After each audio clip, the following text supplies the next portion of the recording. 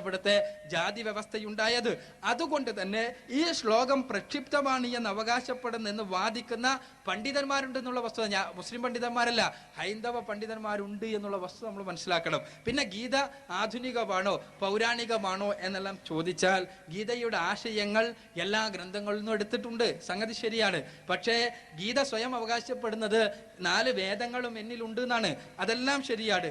പക്ഷെ പ്രശ്നം എന്താണെന്ന് വെച്ചാൽ ഗീതയെക്കുറിച്ച്, അതിന്റെ ഭാഷയെക്കുറിച്ച്, ആശയങ്ങളെക്കുറിച്ച് പഠിച്ചിട്ടുള്ള പണ്ഡിതന്മാർ ഹൈന്ദവ ദാർശനിക ഗ്രന്ഥങ്ങളിൽ പ്രഥമ പ്രാധാന്യം നൽകുവാൻ ഒരു പണ്ഡിതനും ആ രൂപത്തിലുള്ള പണ്ഡിതന്മാർ ഗീതക്ക് പ്രഥമ പ്രാധാന്യം നൽകിയതായിട്ട് കാണാനേ പറ്റുന്നില്ല. ഒരു 50 കൊല്ലങ്ങൾക്ക് മുമ്പ് ഇന്ത്യയുടെ സ്വാതന്ത്ര്യ സമരത്തിന് മുമ്പ് ഗീതക്ക് ഇങ്ങനെ ഒന്നാമത് പ്രാധാന്യം നൽകപ്പെടുന്ന ഒരവസ്ഥാവിശേഷം ഉണ്ടായിരുന്നില്ല എന്നുള്ളതാണ് വാസ്തവം. വേദങ്ങളും ഉപനിഷത്തുക്കളും എല്ലാമായിരുന്നു അടിസ്ഥാനപരമായി പിന്നെ ഗ്രന്ഥങ്ങളായി വിശദീകരിക്കപ്പെട്ടിരുന്നത് എന്നുള്ളതാണ് സത്യം. ഏതായിരുന്നാലും ഈ ഗീതയിൽ കാണുന്ന ശ്രീകൃഷ്ണോപദേശം ഇവിടെ പറഞ്ഞല്ലോ, പരിശുദ്ധ ഖുർആനെ കുറിച്ച് സുഹൃത്ത് സൂചിപ്പിച്ചു. പക്ഷെ അതിനു മുമ്പ് ഗീതയിൽ കരയുന്ന കൃഷ്ണോപദേശങ്ങളുണ്ട്. ഇതെല്ലാം എക്കാലഘട്ടത്തിലും യോജിച്ചതാണെന്ന് നമുക്ക് പറയാൻ പറ്റുമോ? ദൈവികമായ ഉപദേശങ്ങളായിരുന്നെങ്കിൽ തീർച്ചയായും ഏത് കാലഘട്ടത്തിലും യോജിച്ചതാകേണ്ടിയിരുന്നു. എന്നാൽ നമുക്ക് ഗീതയിലെ 9-ാം അധ്യായത്തിലെ 32-ാമത്തെ വചനത്തിൽ നമ്മൾ സ്ത്രീകളെ കുറിച്ച് ഗീതയിൽ ശ്രീകൃഷ്ണൻ പറയുന്നത് അവർ പാപയോനിയിൽ നിന്ന്, പാപത്തിന്റെ ശൂദ്രനെ പോലെ പാപയോനിയിൽ നിന്ന് ജനിച്ചവരാണ് സ്ത്രീകൾ എന്നാണ്. ഇത് കൃത്യമായിട്ട് നിങ്ങൾക്ക് പരിശോധിക്കാം. ഇത് നമുക്ക് അംഗീകരിക്കുവാൻ സാധിക്കുമോ? അതേപോലെ തന്നെ ചാതുർവർണ്ണം മായാസൃഷ്ടം ഗുണകർമ്മ വിഭാഗശ എന്നാ പറയുന്നത്. ഈ അന്ന് നിലനിന്നിരുന്ന ഈ ചാതുർവർണ്ണ സമ്പ്രദായം, ബ്രാഹ്മണ ക്ഷത്രിയ വൈശ്യ ശൂദ്രാദികളുടെ ഈ സമ്പ്രദായം, അത് മായയുടെ സൃഷ്ടിയാണ്, അഥവാ ദൈവം തമ്പുരാൻ സൃഷ്ടിച്ചതാണ് ഗുണകർമ്മ വിഭാഗങ്ങൾക്കനുസരിച്ച്. അതുകൊണ്ട് ആളുകളായിരുന്നാലും എന്നിൽ ശരണഗതി പ്രാപിച്ചാൽ അവർക്ക് മോക്ഷം പ്രാപിക്കാം എന്ന് പഠിപ്പിക്കുന്ന, അഥവാ ചാതുർവർണ്ണം, ഈ ഭൂമിയിലെ ഈ 4 വർണ്ണങ്ങൾ എന്നുള്ളത് ദൈവം സൃഷ്ടിച്ചതാണ്, അതുകൊണ്ട് അതേപോലെ നിലനിന്നോട്ടെ എന്ന് പ്രഖ്യാപിക്കുന്ന ഗീതയുടെ വചനം നമുക്ക് 100% ഉൾക്കൊള്ളാൻ സാധിക്കുമോ? ആധുനിക ഹൈന്ദവ പുനരുത്ഥാന നായകന്മാർക്ക് ഉൾക്കൊള്ളാൻ സാധിക്കുമോ? അതിനെ വ്യാഖ്യാനിക്കുന്നുണ്ട് പല രൂപത്തിൽ. പക്ഷേ ആദ്യ കാലഘട്ടത്തിൽ വ്യാഖ്യാനിക്കപ്പെട്ടത് എങ്ങനെ എന്നാണ് നമ്മൾ ചിന്തിക്കേണ്ടതും മനസ്സിലാക്കേണ്ടതും. ചുരുക്കത്തിൽ ഞാനൊരു ഗ്രന്ഥത്തെയും വിമർശിക്കുകയല്ല, എന്നാൽ നമ്മൾ ഈ കാര്യം അദ്ദേഹം പറഞ്ഞതുകൊണ്ട് സൂചിപ്പിക്കുകയാണ്. കൃത്യമായുള്ള ഒരു ധാർമ്മിക പദ്ധതി നൽകുവാൻ സാധിക്കുമോ എന്നുള്ളതാണ് പ്രശ്നം. കൃത്യമായി മനുഷ്യന്റെ ജീവിതം പൂർണ്ണമായി എങ്ങനെയാകണം എന്ന് പഠിപ്പിക്കാൻ ഗീതക്കോ അതല്ലെങ്കിൽ മറ്റേതെങ്കിലും മതഗ്രന്ഥങ്ങൾക്കോ സാധിക്കുമോ എന്നുള്ളതാണ് അടിസ്ഥാനപരമായ പ്രശ്നം. ഓരോ കാര്യങ്ങളിലും കൃത്യമായ മാർഗദർശനം നൽകാൻ സാധിക്കുന്നുണ്ടോ എന്നുള്ളതാണ്. ഇപ്പൊ ശ്രീകൃഷ്ണനെ സംബന്ധിച്ചിടത്തോളം, കൃഷ്ണനെ ഒരിക്കലും തന്നെ വില കുറച്ച് കാണുന്ന കൃഷ്ണനെ സംബന്ധിച്ചിടത്തോളം, മുസ്ലിങ്ങളെ സംബന്ധിച്ചിടത്തോളം മറ്റുള്ളവരുടെ ദൈവങ്ങളെ അവരെ ഇടിച്ചു താഴ്ത്തി സംസാരിക്കുന്നത് പോലും ശരിയല്ല എന്നാണ് പരിശുദ്ധ ഖുർആൻ പഠിപ്പിക്കുന്നത്. അത് മുസ്ലിമിന് ചിന്തിക്കാൻ പോലും സാധ്യമല്ല, മറ്റുള്ളവരുടെ ആരാധ്യ വിഗ്രഹങ്ങളെ ഇടിച്ചു താഴ്ത്തി സംസാരിക്കുന്നത് പോലും. എന്നാൽ ഇവിടെ സുഹൃത്ത് ഉദ്ധരിച്ച കൃഷ്ണനുണ്ടല്ലോ, വേദഗ്രന്ഥത്തിലെ കൃഷ്ണൻ, ഞാൻ യഥാർത്ഥ ധർമ്മ സംസ്ഥാപകനായ കൃഷ്ണൻ അങ്ങനെയാകുമെന്ന് നാം വിചാരിക്കുന്നില്ല. ധർമ്മ സംസ്ഥാപകനായ കൃഷ്ണനെ കുറിച്ച് പിൽക്കാലഘട്ടത്തിൽ ഉണ്ടാക്കിയ പൗരോഹിത്യമുണ്ടാക്കിയ കഥകളിൽ പ്രത്യക്ഷപ്പെടുന്ന കൃഷ്ണൻ നമുക്ക് ഗോപിക വസ്ത്രാപഹരണം കാണാൻ സാധിക്കുന്നു. അതേപോലെ തന്നെ ശ്രീകൃഷ്ണന്റെ ലീലകളായിട്ട് നമുക്ക് യുദ്ധങ്ങളിൽ ഒരുപാട് ചതിയും ഒരുപാട് നികൃഷ്ടതകളും നമുക്ക് കാണാൻ സാധിക്കുന്നു. എന്താ, അതൊരിക്കലും ധർമ്മ സംസ്ഥാപകനായ കൃഷ്ണൻ ചെയ്തിരിക്കുവാൻ നിർവാഹമില്ല.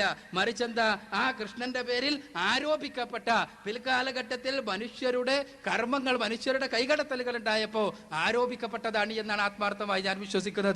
എന്നാൽ ഇതെല്ലാം ശ്രീകൃഷ്ണൻ ചെയ്തത് തന്നെയാണ് എന്ന് വിശ്വസിക്കുന്ന ഒരാളുകളെ സംബന്ധിച്ചിടത്തോളം എങ്ങനെയാണ് കൃഷ്ണനെ ഒരു ധർമാവതാരമായി, ഒരു അവതാര പുരുഷനായി, അതല്ല ധർമ്മ സംസ്ഥാപകനായി അംഗീകരിക്കുവാൻ സാധിക്കുക എന്നെനിക്ക് മനസ്സിലാകുന്നില്ല. ചുരുക്കത്തിൽ ഇവിടെ വളരെ എളുപ്പത്തിൽ നമുക്ക് എത്തിച്ചേരാൻ സാധിക്കുന്ന ഒരു നിഗമനം ഇതാണ്. സത്യത്തിൽ ആ ധർമ്മ സംസ്ഥാപകരൊന്നും, ധർമ്മ സംസ്ഥാപകരെ കുറിച്ച് പല ഇതേപോലുള്ള കഥകളും ഉണ്ടായിട്ടുണ്ട്.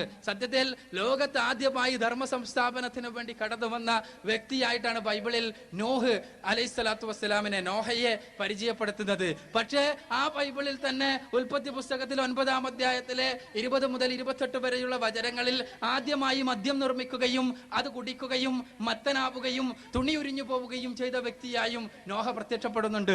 ഞാൻ മനസ്സിലാക്കുന്നത് ഇല്ല, ധർമ്മസംസ്ഥാപകനായ നോഹ ഒരിക്കലും അങ്ങനെ ആയിക്കൂടാ, മറിച്ച് മനുഷ്യരുടെ കൈകടത്തൽ എന്നാണ്.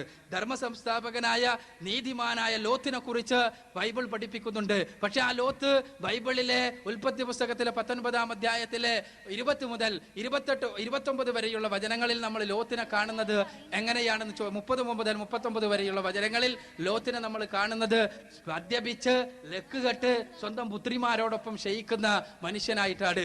ഒരിക്കലും ലോത്ത് പ്രവാചകൻ അങ്ങനെയാണോ എന്ന് ചോദിച്ചാൽ അല്ല, ലോത്ത് പ്രവാചകൻ അങ്ങനെയല്ല, മനുഷ്യരുടെ കൈകടത്തൽ ഉണ്ടായത് കൊണ്ട് എന്നാണ് ഞാൻ പറയുക. ഇതേപോലെ തന്നെ ശ്രീകൃഷ്ണൻ ഒരു ധർമ്മസംസ്ഥാപകനായിരുന്നു എന്ന് വിശ്വസിക്കുന്ന വ്യക്തിയാണ് ഞാൻ. പക്ഷേ ആ ശ്രീകൃഷ്ണൻ, ധർമ്മസംസ്ഥാപകനായ ശ്രീകൃഷ്ണൻ ഒരിക്കലും ഈ കാര്യങ്ങൾ ചെയ്തിരിക്കുകയില്ല. ആ കാര്യങ്ങൾ മനുഷ്യരുടെ കൈകടത്തലുകളാകണം എന്നാണ് ഞാൻ വിശ്വസിക്കുന്നത്, അതാണ് പറയുന്നത്. ഇനി പരിശുദ്ധ ഖുർആനെ കുറിച്ച് സുഹൃത്ത് ചോദിച്ച ചോദ്യം, പരിശുദ്ധ ഖുർആൻ, ആ ഖുർആൻ പിന്നെ ഒരുപാട് കാലഘട്ടങ്ങളായി ദൈവത്തിന്റെ മഹത്വം വിളംബരം ചെയ്യുന്ന ഗ്രന്ഥങ്ങളിലെ ഇനിയും അങ്ങനെ ഉണ്ടായിക്കൂടെ എന്നാണ്. സത്യത്തിൽ നമ്മൾ ചിന്തിക്കേണ്ടത് എന്തിനാണ് വേദഗ്രന്ഥം എന്നുള്ളതാണ്. വേദഗ്രന്ഥം എന്തിനാ? ദൈവത്തിന്റെ മഹത്വം വിളംബരം ചെയ്യുവാൻ വേണ്ടി മാത്രമാണോ? അതല്ലെങ്കിൽ ഒരുപാട് ഫിലോസഫി പഠിപ്പിച്ച് തന്നിട്ട് ഒരു വെറുതെയുള്ള ഒരു താത്വികമായ ബുദ്ധി വ്യായാമത്തിന് വേണ്ടി മാത്രമാണ് പലപ്പോഴും പല കാര്യങ്ങളും നമുക്കറിയാം താത്വികമായ ബുദ്ധിപരമായ വ്യായാമം മാത്രമായി മാറുന്നത്. ഇതിനു വേണ്ടിയുള്ളതല്ല വേദഗ്രന്ഥം. പിന്നെ എന്തിനാ വേദഗ്രന്ഥം? മനുഷ്യർക്ക് ധർമ്മം എന്താണ് എന്ന് പഠിപ്പിക്കാൻ, അധർമ്മം എന്താണ് എന്ന് കൃത്യമായി വ്യവച്ഛേദിച്ച് മനസ്സിലാക്കി കൊടുക്കാൻ, ധർമ്മത്തിലേക്ക് മനുഷ്യരെ അടുപ്പിക്കുവാൻ, അധർമ്മത്തിൽ നിന്ന് മനുഷ്യരെ അകറ്റുവാൻ. ഇതിനു വേണ്ടിയാ വേദഗ്രന്ഥം. ഇവിടെയാണ് വിശുദ്ധ ഖുർആൻ പ്രസക്തമാകുന്നത്. നമുക്ക് ആർക്കും ദൈവത്തെ എത്രക്കും സ്തുതിക്കാം, യാതൊരു പ്രശ്നമില്ല. പക്ഷെ ദൈവീകമെന്ന് ഉറപ്പുള്ള ഒരു സോഴ്സിൽ നിന്ന് മാത്രമേ നമുക്ക് ധർമ്മവും അധർമ്മവും വ്യവച്ഛേദിച്ച് മനസ്സിലാക്കാം.